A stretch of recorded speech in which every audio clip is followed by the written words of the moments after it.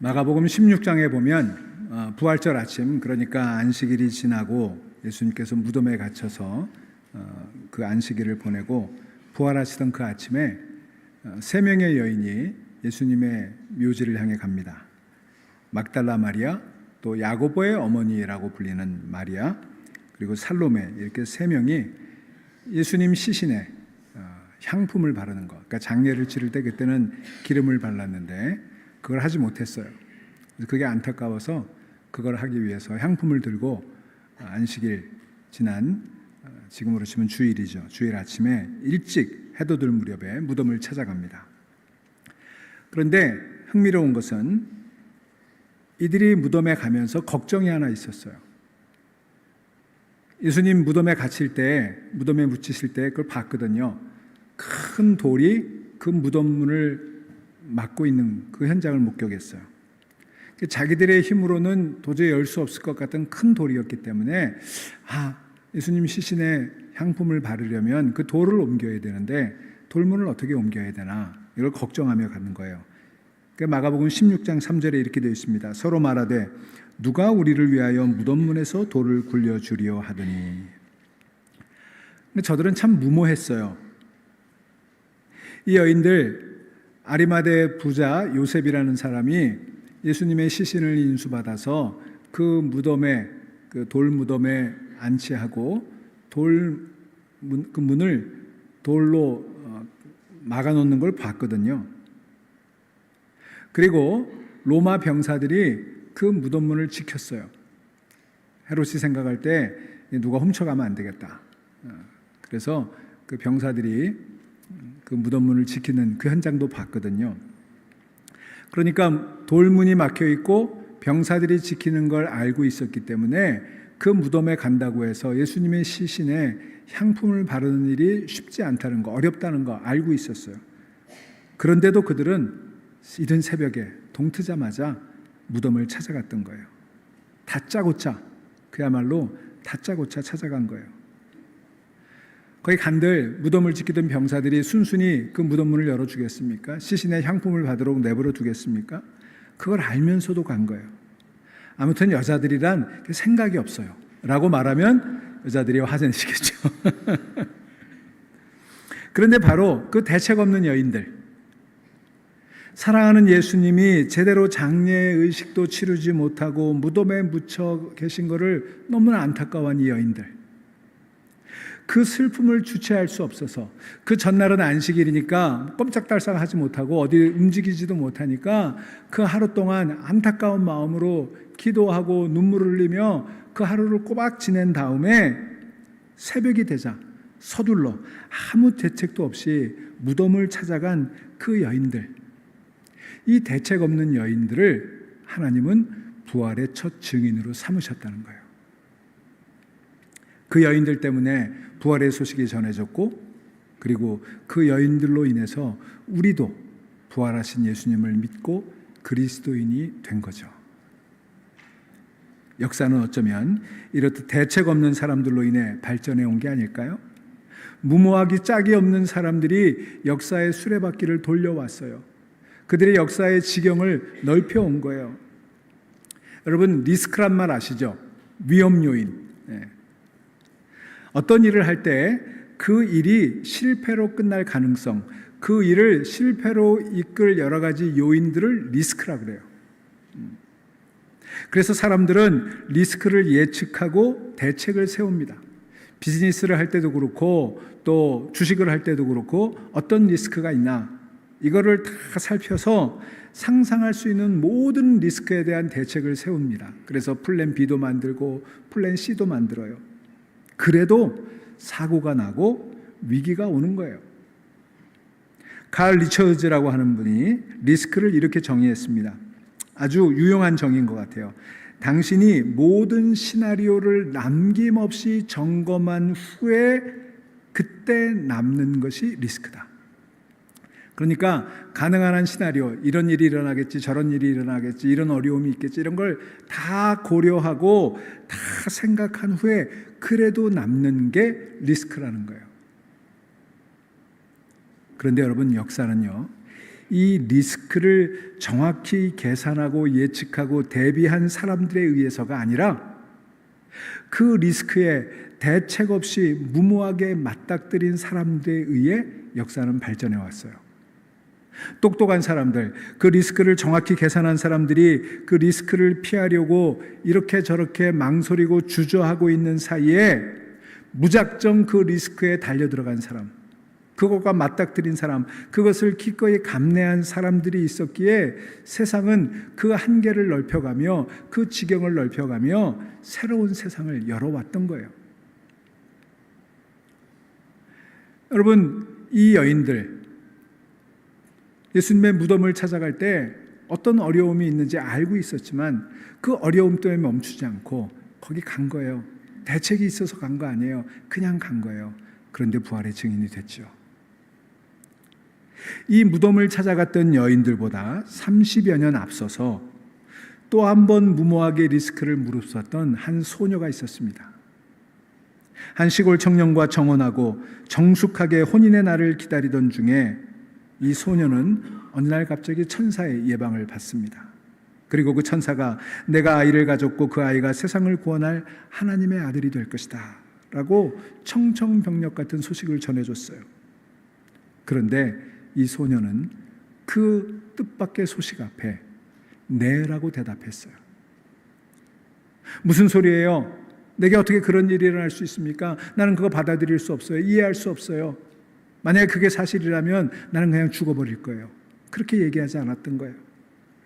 생각해 보세요. 1세기 팔레스타인 이 유대 땅에서 아직 남자를 알지 못하던 처자가, 그것도 정혼한 처자가 아기를 갖는 일이 얼마나 무모한지, 사회적 편견에 맞서 아기를 낳아 기르는 일이 얼마나 혹독한 시련을 가져다 줄 것인지를 계산했다면, 그 리스크를 다 고려했다면, 그래서 그 리스크는 피하는 게 상책이라고 판단했다면 그 소녀는 결코 내라고 주의 말씀대로 이루어지이다 그렇게 대답할 수 없었을 거예요. 그런데 그는 그 리스크를 피하지 않고 직면했어요.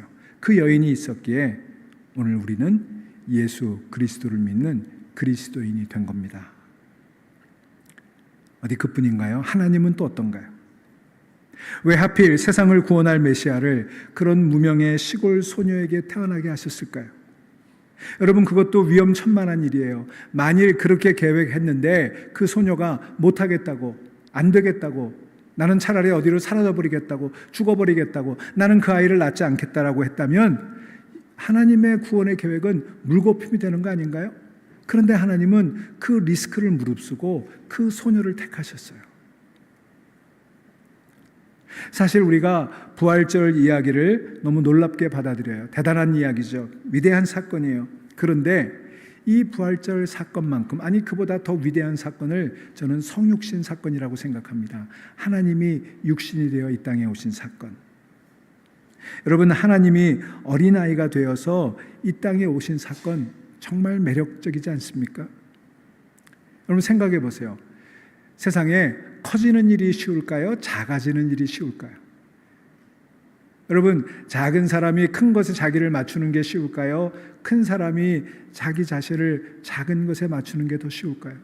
여러분, 작아지는 게 훨씬 어려워요. 근데 우리 하나님은요, 작아지셨어요. 얼마나 작아지셨나요? 우주와 천하 만물을 지으신 크고도 크신 하나님은 한 여인의 부드러운 자궁벽에 착상한 수정란 크기만큼 작아지셨어요. 여러분, 그게 얼마나 어려운 일일까요? 하늘 보좌를 버리고 낮고 낮은 마국간의 구유에 들어오신 하나님, 배고파 울어대는 하나님을 생각해 보셨습니까? 하나님이요, 배가 고프다고 울어요. 칭얼거려요. 엄마의 품 안에서 젖을 빨며 자라기로 작정한 하나님, 이게 창조주 하나님의 구원을 위한 선택이었어요. 믿어지십니까? 그런데 하나님은 실제로 그 무모한 일을 하셨고 모든 위험을 감수하셨고, 그로 인해 우리는 그 하나님을 믿게 된 거예요. 그렇게 태어난 예수님은 그분의 살과 피로 우리를 먹이시기 이전에 그분 자신을 먹여주는 엄마의 품을 선택하셨어요. 놀랍지 않습니까? 예수님, 당신의 몸을, 당신의 피를 우리를 위해 주셨는데 실은 우리를 위해 주시기 전에 그분이 엄마의 살과 피를 먹고 자랐어요. This is my body given for you. This is my blood shed for you. 이것은 너희를 위하여 주는 내 몸이다. 이것은 너희를 위하여 흘리는 내 피다. 예수님 그렇게 말씀하셨죠. 그런데 예수님 그 말씀을 어디에서 얻었을까요? 실은 어머니의 젖을 먹고 자라면서 온 살을, 온 몸을, 온 피를 짜내서 그 예수님을 먹였던 그 어머니를 보고 자라면서 이걸 배운 거예요. 나를 위해 살과 피를 내어주는 내 어머니의 모습에서. 그걸 닮아서 예수님, 당신의 살과 피를 우리를 위해 내어주셨죠. 그렇게 기꺼이 그 예수님의 품이 되어주신 그 무모한 한 여인, 살과 피를 다 짜서 그 아이를 먹이고 그 아이 때문에 수없이 많은 눈물의 밤을 지샜던 그 모든 위험, 그 모든 리스크를 마다하지 않았던 그 소녀가 있었기에 우리는 그리스도인이 되었어요. 이보다 더 놀라운 기적이 있을까요? 다시 부활절 아침 여인들의 이야기로 돌아가 볼까요?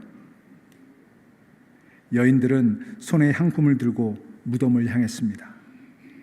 예수님의 무덤을 가로막고 있는 돌문을 어떻게 열지 모르는 채로 그곳을 향했습니다. 대책이 있었던 건 아니에요. 가면 무덤 문이 열려 있었을 거야.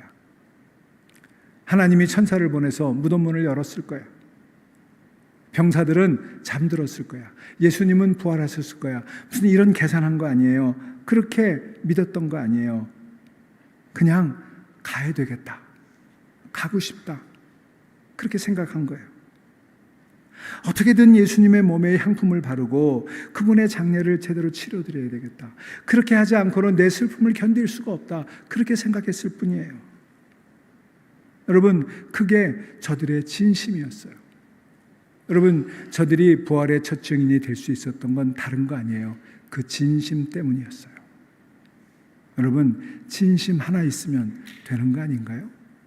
진심이야말로 기적 아닌가요? 그 앞에 어떤 어려움이 있는지, 어떤 리스크가 도사리고 있는지 그런 건 문제가 되질 않았습니다.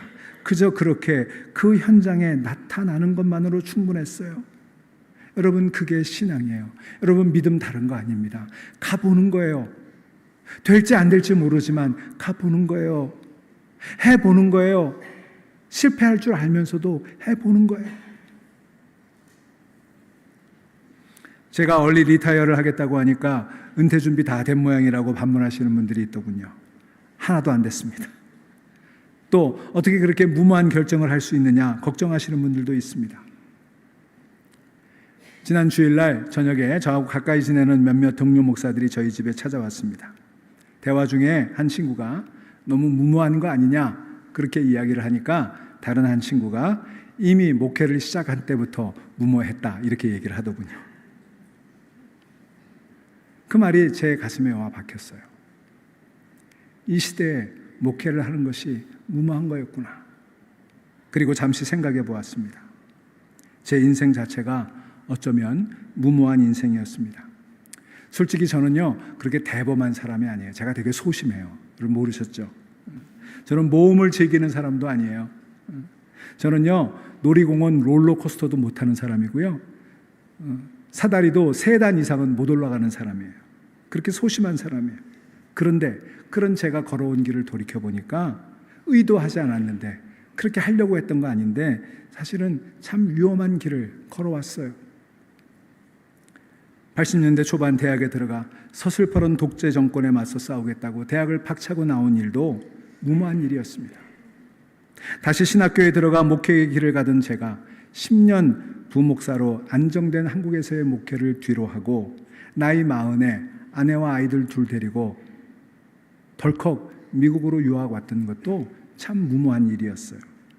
착실하게 영어 공부를 했던 것도 아니고 유학 자금을 비축해 둔 것도 아니었는데 지금 생각해 보니 제정신이었다면, 리스크를 잘 계산했다면 절대로 할 수 없는 일이었어요.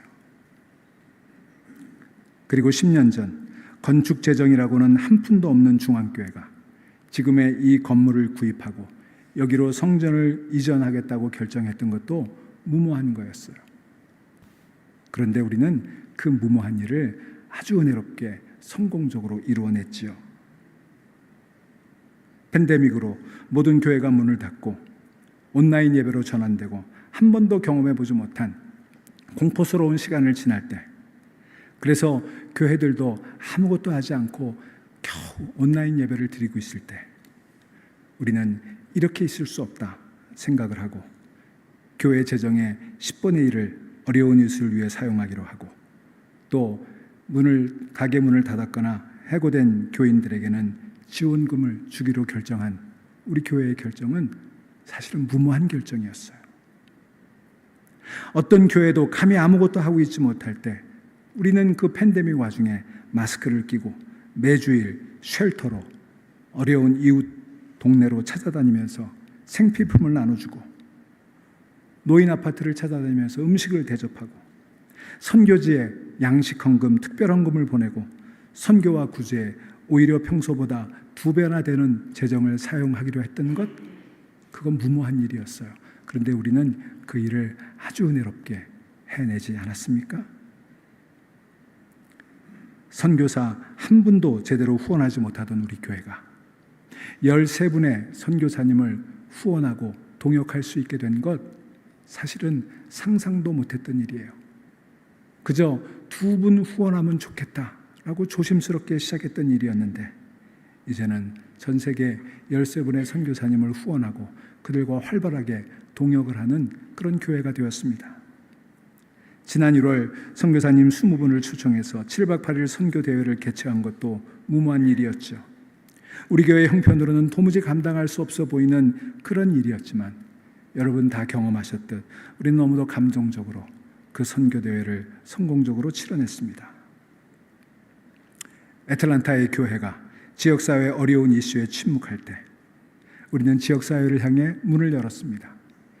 어려운 이민자들을 돕는 이민자 보호교회가 되었고, 어려운 이슈에 목소리를 내고 블랙 라이브즈 매터에 동참하고 이민자와 소수인종과 열악한 환경의 이웃을 대변하는 목소리를 내는 것도 무모한 일이었습니다. 그런 우리 교회를 비난하는 소리도 있었습니다. 그러나 이제 애틀란타 중앙교회는 애틀란타 한인교회 중에는 유일하게 화해와 일치와 연민과 동정의 목소리를 내고 소수자들을 위해서, 연약한 사람들을 위해서 일하는, 그리고 지역사회와 긴밀하게 협력하는 그런 교회로 자리매김을 하게 되었습니다. 이 모든 과정을 돌아보니 제게 무슨 대책이 있었던 건 아니었습니다. 그렇다고 원대한 비전이 있었던 것도 아니었습니다. 여러 가능성을 다 따져보고 위험 요소, 리스크를 다 계산해서 결론이 나왔던 것도 아니었습니다. 그냥 마치 무덤에 돌을 옮길 걱정을 하면서도 거기 가야만 될 것 같아서 그냥 대책 없이 갔던 여인들처럼, 돌을 옮기지 못해 예수님의 몸에 향품을 바르는 일을 해내지 못할지도 모른다는 그런 불안감을 가지고도 그냥 거기에 갔던 그 여인들처럼 우리는 우리가 해왔던 일이 해야 될 것 같아서, 하지 않으면 안 될 것 같아서, 성공하든 실패하든 그냥 거기 가봐야 될 것 같아서 거기에 갔고 그 일을 했었을 뿐입니다. 그런데 그 여인들이 놀랍게 부활의 첫 증인이 되었던 것처럼 우리도 주님의 하시는 놀라운 일에 증인이 될 수 있었어요. 저는 그게 그냥 감사해요. 감사해요. 여러분, 우리가 신앙을 붙들 때가 있어요. 내가 믿음을 꼭 붙들 때가 있어요. 그런가 하면 그 믿음이 나를 붙들어 줄 때가 있어요. 내 믿음은 흔들리고 나는 여지없이 의심에 사로잡히고, 그래서 다 믿음을 포기해야 될 것 같은 그런 순간에 그때 믿음이 나를 붙들어 주더라고요. 내가 믿는지 안 믿는지 확신이 들지 않을 때 그런 나를 위해 기도해 주신 여러분의 믿음이 있었어요. 내게서 소망이 고갈될 때, 절망의 늪에 빠져들 때 그런 저를 위해 소망을 붙들어 주고 소망의 불빛을 보여준 여러분이 계셨어요. 제가 하나님께 더 이상 기도할 수 없이 기도가 고갈될 때 저를 위해, 그리고 제가 드릴 기도를 대신 드려준 여러분의 기도가 있었어요. 그래서 여기까지 왔어요. 제가 요즘 재밌게 읽고 있는 책이 있는데 모건 하우젤이라는 분이 쓴 불변의 법칙이에요. 이분이 증권업계에서는 굉장히 유명한 분인데 그분의 책을 보면 자기가 경험했던 젊은 시절에 아주 충격적인 경험 이야기로 책을 시작을 합니다. 이 모건 하우젤이 젊은 시절에 친구들 셋하고 레이크 타호로 스키를 타러 갔어요. 실은 거기서 스키를 타려고 했던 건 아니고 다른 데로 가야 되는데 날씨 때문에 비행기가 거기 머물러 있는 바람에 거기서 스키를 타게 된 거예요. 원래 이 세 명이 다 스키 선수 출신이에요. 그래서 스키를 굉장히 잘 타는 사람들인데 그래서 아주 멋진 코스, 힘든 코스로 그날 스키를 타러 가기로 했습니다. 그런데 그 아침에 이 모건 하우젤이 왠지 가고 싶지 않더래요. 이유는 모르겠더라는 거예요. 근데 그냥 가고 싶지 않은 거예요. 그래서 친구들에게 내가 너희들이 이 산을 넘어서 스키를 타고 오면 돌아올 때 힘드니까 오늘은 내가 스키를 타지 않고 차를 가지고 맞은편에 기다리고 있을게. 그렇게 이제 친구들에게 핑계를 대고 그리고 자기는 친구들을 데려다주고 시간에 맞춰 맞은편으로 갔는데 친구들이 돌아오지 않는 거예요. 기다리다 이상한 생각이 들어서 숙소에 먼저 갔나 와봤는데 없는 거예요. 그래서 신고를 하고 수색을 했더니 눈사태가 나서 둘이 죽게 된 거예요. 모건 하우젤은 도무지 아무리 생각해도 왜 자기가 그날 스키를 타러 가지 않았는지 이유를 떠올릴 수 없더라는 거예요. 무슨 위기를 느낀 것도 아니고 날씨가 이상했다고 생각했던 것도 아니고 그냥 이유 없이 자기의 감정 말고는 가고 싶지 않다는 생각 말고는 이유를 댈 수가 없더라는 거예요. 그런데 그 이유 없는 결정이 자기 목숨을 건졌다 이렇게 고백을 합니다. 저자는 그의 책에서 이처럼 우연한 결정 또는 우연한 사건이 엄청난 결과로 이어지는 많은 예들을 제시한 후에 이렇게 얘기합니다. 이게 저자가 얘기하고 싶은 거예요. 그만큼 세상은 아슬아슬한 곳이다. 우리는 스토리가 어떻게 끝나는지는 알지만 그 스토리의 시작점은 알 수 없다. 저는 이 저자의 말에 전적으로 동감합니다. 우리 삶에 더 나아가서는 역사의 흐름을 바꾼 사건들은 우연히 그렇게 된 것들이 많아요. 우리는 미래를 예측하려고 애를 쓰죠. 사실 인간의 미래 예측 능력은 탁월합니다.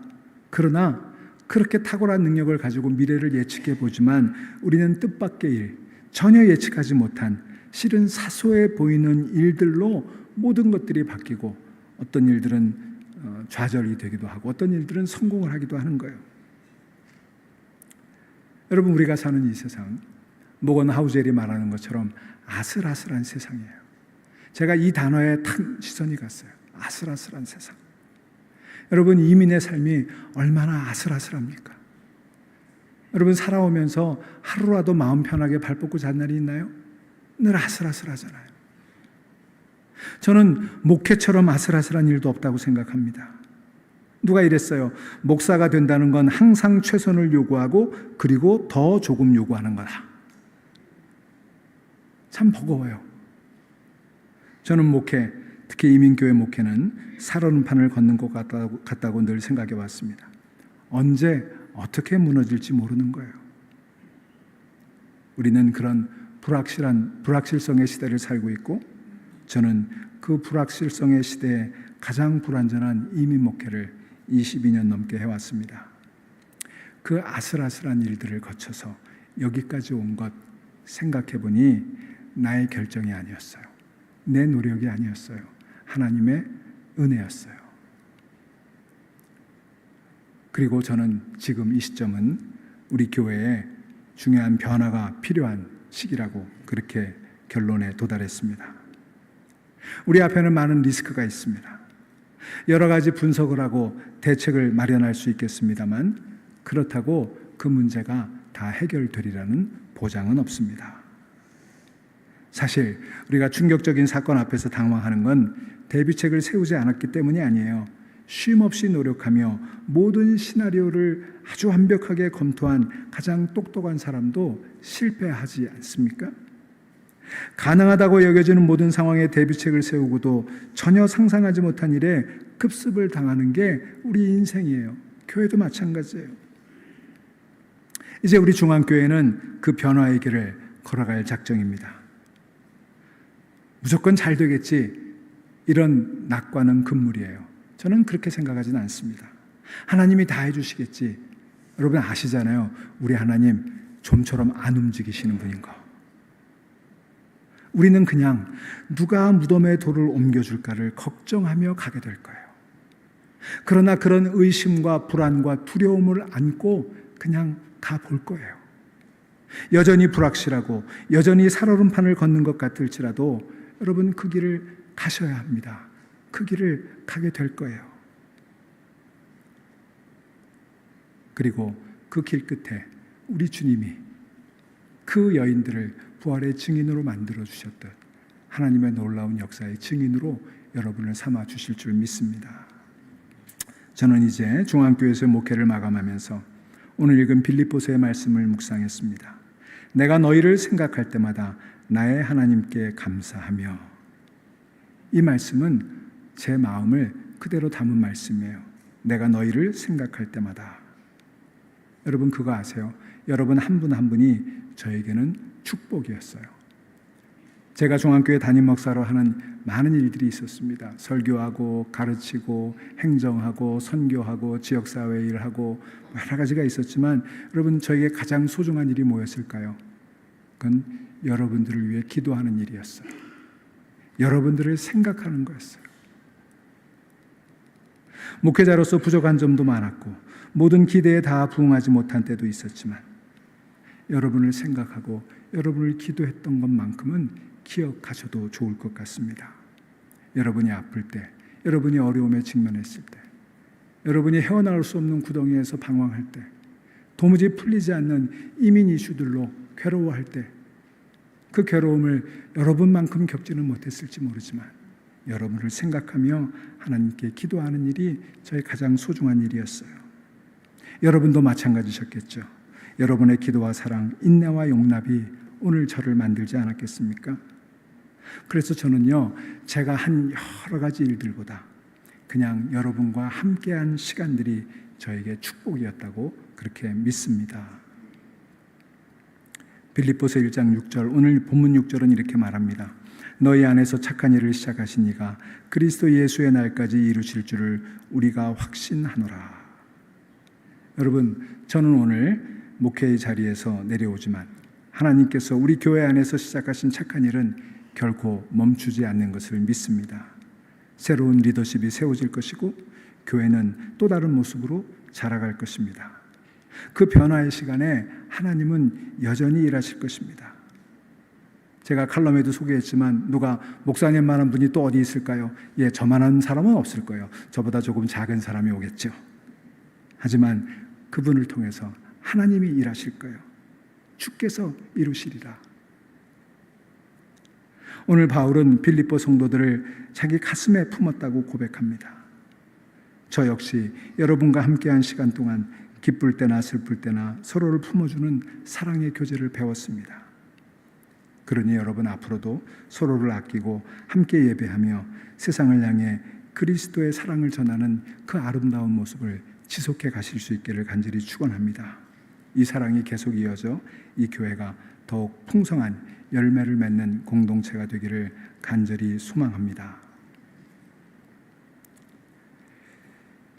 저는 요즘 여러분도 아마 대부분 보셨을 텐데 장안에 화제가 되고 있는 드라마를 한 편 보고 무척 감동했어요. 많이 울었는데 폭삭 속았수다라는 그런 드라마입니다. 여러분 많이 보셨죠? 주인공 오해순의 어머니 정광래 역을 맡은 염혜란 씨가 시어머니 김춘옥 역을 맡은 나문희 씨를 데리고 사진관에 영정사진을 찍으러 갑니다. 거울 앞에 서서 분홍 립스틱을 바르던 시어머니 나문희 씨가 며느리에게 묻습니다. 제주도 사투리로 물었어요. 나 잘 사람시냐? 나 잘 살았니? 그런 뜻이죠. 그러자 며느리가 대답합니다. 충분했어. 고생하셨어. 그러면서 시어머니의 등을 이렇게 어루만집니다. 그러면서 묻습니다. 그래서 소풍이셨어? 고생이셨어? 이 세상의 삶이 소풍이었냐? 고생이었냐? 물은 거예요. 가난했던 시절 아들 하나를 먼저 떠나보내고 고통의 세월을 살아온 시어머니가 이렇게 대답합니다. 소풍이었지. 내 자식들을 다 만나고 가는 기가 막힌 소풍이었지. 가슴 아픈 세월을 살았지만 그는 자기 인생이 소풍이었다고 고백했습니다. 저는 이 설교를 준비하면서 저 스스로에게 물었습니다. 나 잘 사람이시냐? 여러분에게 묻고 싶었는데 여러분이 아니요라고 대답할까 봐 묻지 못하겠어요. 하지만 제가 분명히 알 수 있는 건 여러분과 함께한 지난 15년 6개월은 소풍과 같은 행복한 시간이었습니다. 제가 얼리 리타이어 계획을 아내에게 말했을 때 저는 아내의 반응이 걱정스러웠습니다. 아무 대책도 없이 덜컥 사고를 치면 어떡하냐고 소리를 칠 줄 알았습니다. 그런데 제 말을 들은 아내는 조용히 제 등을 쓰다듬어 주었습니다. 그리고 이렇게 말했습니다. 수고했어요. 잘 하셨어요. 돌이켜보니 아내는 늘 무모한 제 결정에 든든한 후원자였습니다. 돌문을 어떻게 옮길까 걱정하며 무덤을 향해 갈 때 아내는 늘 제 옆에 있었습니다. 살얼음판을 조심스럽게 걸어갈 때도 아내는 거기 있었습니다. 그리고 이제 저는 그 아내의 손을 잡고 다시 길을 떠날 겁니다. 한 가지 감사한 건요, 목회하는 33년 아내랑 같이 앉아서 예배를 드려본 적이 별로 없어요. 근데 이제는 매주일 아내와 함께 앉아서 예배를 드릴 수 있게 된 것, 우리 둘 모두 너무나 기뻐하고 있습니다. 제가 목회하면서 정말 고마웠던 한 사람, 양순지.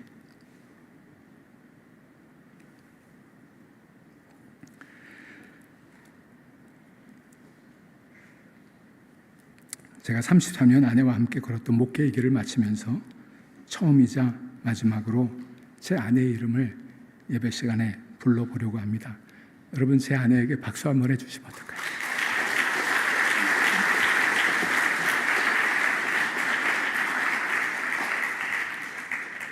말씀을 맺습니다. 제가 대학교에 입학했을 때 1학년 교양영어 첫 챕터의 제목이 The Show Must Go On 이었습니다. 공연은 계속되어야 한다. 어떤 상황에서도, 어떤 어려움이 있어도, 어떤 역경 속에서도 공연은 계속된다라는 글이었죠. 저는 그 제목을 지금도 잊을 수가 없습니다. The show must go on. 중앙교회의 사역은 계속될 것입니다. 저의 인생도 계속될 것입니다. 무덤의 돌문을 어떻게 옮길지 여전히 걱정이지만 일단 그리로 가면 될 겁니다. 하나님이 돌문을 열어두실 거라는 굳은 믿음이 있어서가 아닙니다. 예수님이 부활하셨을 거라는 확고한 신앙이 있어서도 아닙니다. 모든 게 절망스러웠고 모든 게 슬펐지만 그 순간에 마음을 다해 할 수 있는 일이 그 일이라고 여겼기 때문 아니었겠습니까? 여전히 우리는 마음에 근심과 걱정이 가득합니다. 슬픔 때문에 마음이 천근만근 무겁습니다. 그래도 The show must go on. 그 마음으로 나아가십시다. 지금은 분명하게 보이지 않지만, 지금은 아무것도 느껴지지 않지만 선한 일을 시작한 그분이 그 일을 이루실 그날까지 여전히 우리를 위해 일하실 것을 믿고 우리도 함께 나아가지 않으시겠습니까? The show must go on. 기도하시겠습니다.